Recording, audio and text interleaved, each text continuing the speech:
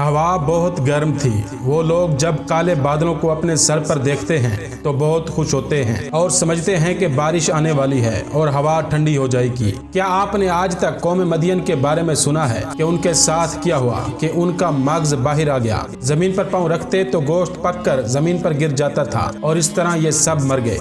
یہاں گفتگو قوم شعیب اور اہل مدین کی ہے۔ یہ وہی لوگ ہیں جنہوں نے توحید کا راستہ چھوڑ دیا تھا اور شرک و بت پرستی کرتے تھے۔ یہ لوگ نہ صرف بتوں کو پوجتے تھے بلکہ درہم و دینار اور اپنے مال و ثروت کی بھی پرستش کرتے تھے، اور اسی لیے وہ اپنے کاروبار اور با رونق تجارت کو نہ درستی، کم فروشی اور غلط طریقوں سے آلودہ کرتے تھے۔ حضرت شعیب علیہ السلام خدا کے برگزیدہ نبی تھے۔ آپ کا لقب خطیب الانبیاء تھا کیونکہ آپ بڑے فصیح و بلیغ تھے۔ حضرت شعیب علیہ السلام حضرت ابراہیم علیہ السلام کی نسل میں سے تھے۔ حضرت شعیب علیہ السلام کا نام قرآن مجید میں 11 مرتبہ ذکر ہوا ہے۔ بعض منابعوں میں ذکر ہوا ہے کہ حضرت شعیب علیہ السلام حضرت موسیٰ علیہ السلام کے سسر تھے۔ حضرت شعیب علیہ السلام حضرت لوط علیہ السلام کی بیٹی کے نواسے یا پوتے تھے۔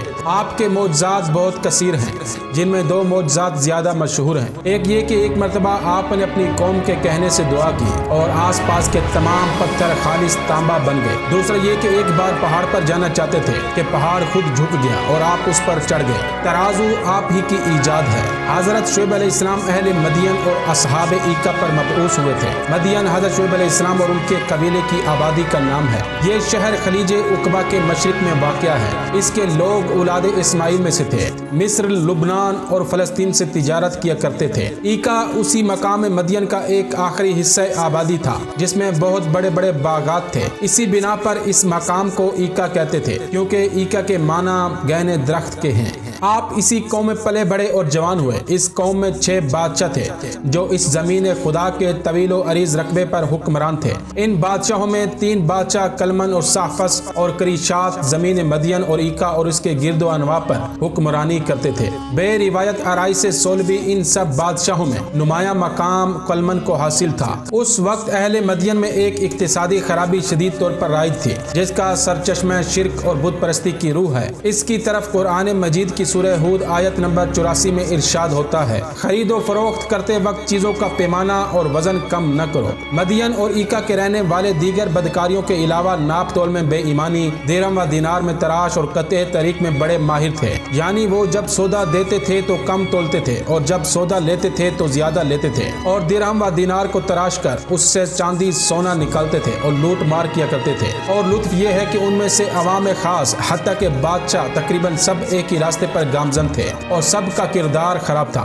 خداوند عالم نے انہیں بڑی فراخی دے رکھی تھی۔ یہ دولت کے نشے میں کسی اچھی بات کی طرف توجہ بھی نہ کرتے تھے۔ قرآن مجید کی سورہ ہود آیت نمبر 86 میں ارشاد ہوتا ہے، حلال طریقے سے حاصل کیا ہوا جو سرمایہ تمہارے پاس باقی رہ جائے چاہے وہ تھوڑا ہی ہو، اگر خدا اور اس کے رسول پر ایمان کے ساتھ ہو تو بہتر ہے۔ حضرت شعیب علیہ السلام کو خدا نے اسی مقام مدین پر مبعوث فرمایا اور ان کو حکم دیا کہ وہ ان لوگوں کو ناشائستہ حرکتوں سے روکیں اور دین اسلام قبول کرنے کی طرف دعوت دیں۔ حضرت شعیب علیہ السلام نے حکم خدا کے مطابق اپنی نبوت کا اعلان کر کے وہاں کے باشندوں کو حق کی طرف دعوت دی اور ان سے کہا کہ ایک خدا کو مانو جس نے سب کچھ پیدا کیا ہے اور سب کی زندگی اور موت کا جو مالک ہے۔ ان پتھروں کے خداؤں کو مٹی میں ملا دو اور واحد و یکتا خدا کی بارگاہ میں سر جھکا دو۔ آپ کے اس اعلان سے صرف مدین میں ہی نہیں بلکہ دور دراز مقامات تک عام چرچا ہو گیا۔ اس چرچے کا فروغ پانا تھا کہ مدین اور اس کے اطراف کے باشندے ایمان لانے لگے۔ یہ حالات دیکھ کر مدین کے بڑے بوڑھے اس کی کوشش کرنے لگے کہ لوگوں کی آمد پر کنٹرول حاصل ہو جائے۔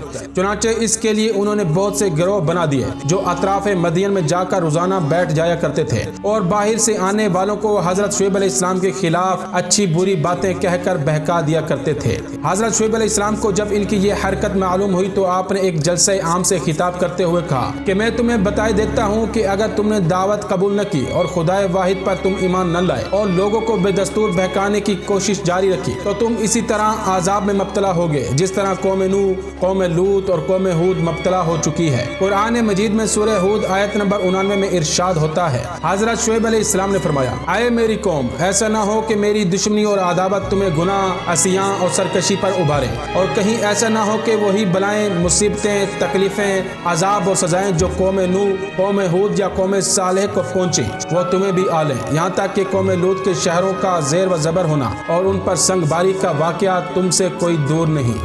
حضرت شعیب علیہ السلام نے فرمایا میں تمہیں ہدایت کرتا ہوں کہ اپنی حرکتوں سے باز آؤ، خدا پر ایمان لاؤ، میری نبوت کو تسلیم کرو، ڈاکہ زنی چھوڑ دو، ناپ تول درست کرو ورنہ تباہ و برباد ہو جاؤ گے۔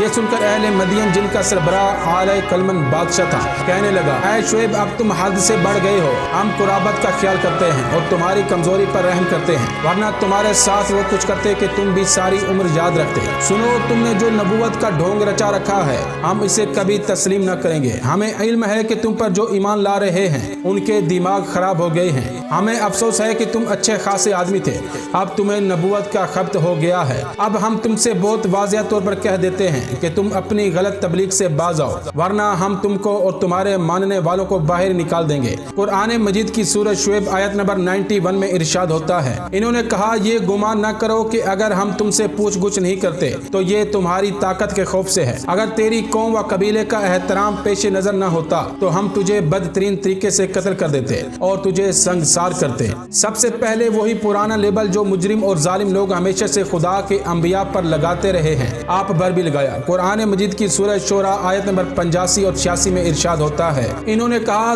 تو بس پاگل ہے، تیرے بارے میں ہمارا یہی خیال ہے کہ تو ایک جھوٹا شخص ہے۔ حضرت شعیب علیہ السلام نے اس بادشاہ کی باتیں سن کر فرمایا کہ تم بڑی غلطی پر ہو، یاد رکھو کہ اگر اسی پر قائم رہے تو ان قریب تباہ ہو جاؤ گے اور تم پر عذاب نازل ہوگا اور تم کو کوئی بچا نہ سکے گا، ہوش میں آ جاؤ ورنہ پچھتاؤ گے۔ تقریر کو جاری رکھتے ہوئے حضرت شعیب علیہ السلام نے کہا کہ تم میرے مومنوں پر دباؤ ڈالتے ہو اور ان سے کہتے ہو کہ وہ ایمان سے باز آ جائیں اور خدا واحد کو چھوڑ کر پھر پتھر کے خداؤں کی پرستش کر دیں۔ یہ کیوں کر ہو سکتا ہے جب تم اپنے پتھر کے خود ساختہ خداؤں کو چھوڑنے پر تیار نہیں ہو تو یہ اپنے واحد و یکتا خدا کو کیوں کر چھوڑ سکتے ہیں؟ سنو ہم لوگ حق پر ہیں اور تم باطل پر ہو، ہماری باتوں پر غور کرو اور اپنے آپ کو تباہی میں نہ ڈالو۔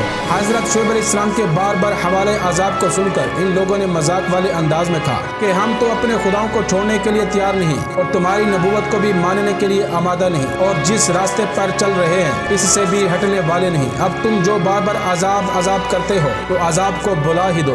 یہ سن کر حضرت شعیب علیہ السلام نے دست دعا بلند کر دیا اور کہا میرے پالنے والے ہمارے اور ان کے درمیان تو ہی فیصلہ فرما، کیونکہ یہ اب کسی کی بات کو ماننے کے لیے تیار نہیں ہے، میں انہیں راہ راست پر لانے کی ہر طرح کی کوشش کر چکا ہوں۔ بالآخر حضرت جبرائیل علیہ السلام نازل ہوئے اور حضرت شعیب علیہ السلام سے کہنے لگے کہ تم اپنے ماننے والوں کو لے کر اس زمین سے باہر چلے جاؤ کیونکہ اب ان قریب عذاب آئے گا۔ حضرت شعیب علیہ السلام اپنے ماننے والوں کو لے کر جن کی تعداد 1070 تھی مدین سے روانہ ہو گئے۔ ایک روایت میں ہے کہ یہ لوگ جس وقت روانہ ہوئے تو اہل مدین تمسخرانہ طور پر ان لوگوں پر ہنسنے لگے اور کہتے تھے یہ پاگل لوگ ہیں، انہیں عذاب دکھائی دے رہا ہے اور یہ جا رہے ہیں۔ قرآن مجید کی سورہ ہود آیت نمبر 94 میں اہل مدین پر عذاب نازل ہونے کے بارے میں ارشاد ہوتا ہے جب اس گمراہ ظالم اور ہٹ دھرم قوم کو عذاب دیے جانے کے بارے میں ہمارا فرمان آ پہنچا تو ہم نے شعیب اور اس پر ایمان لانے والوں کو اپنی رحمت کی برکت سے نجات دی، پھر آسمانی پکار اور مرگے آفرین عظیم سیہ نے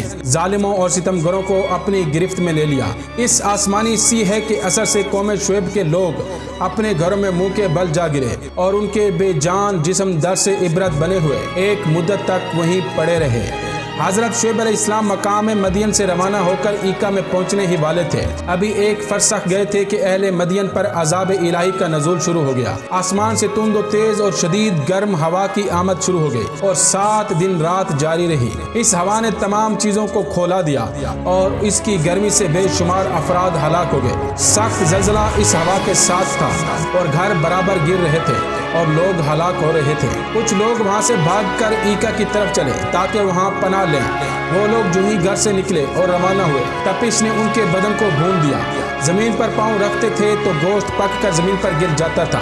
آخرکار یہ منتشر ہو رہے تھے۔ خدا نے انہیں ایک مقام پر اس طرح جمع کر دیا کہ ایک سیاہ بادل ظاہر ہو گیا، یہ لوگ یہ سمجھے کہ بارش کا بادل ہے، اس کے نیچے آ کر جمع ہو گئے۔ اس وقت جب کہ عذاب الہی سے آسمان و زمین، ہوا اور فضا سب سے آگ نکل رہی تھی، انہیں کالے بادل بہت بڑی غنیمت معلوم ہوئے۔ جب سب کا اجتماع ہو گیا تو اس بادل سے آگ برسی اور سب جل کر خاکستر ہو گئے۔ پھر خدا نے مدین کی ان باشندوں کو جو وہیں پڑے تھے ایک ہیبت ناک تیز آواز آواز کے ذریعے سے واصل جہنم کر دیا۔ اس طرح ان سب کا خاتمہ ہو گیا جن کی تعداد کم از کم 1 لاکھ تھی۔ ایک روایت میں ہے کہ ان 1 لاکھ افراد میں 40,000 وہ تھے جو بد کرداری میں خود مرتکب تھے اور 60,000 وہ تھے جو خود مرتکب نہ تھے لیکن ان کے فعل پر راضی تھے اور انہیں بد کرداری سے روکتے نہ تھے۔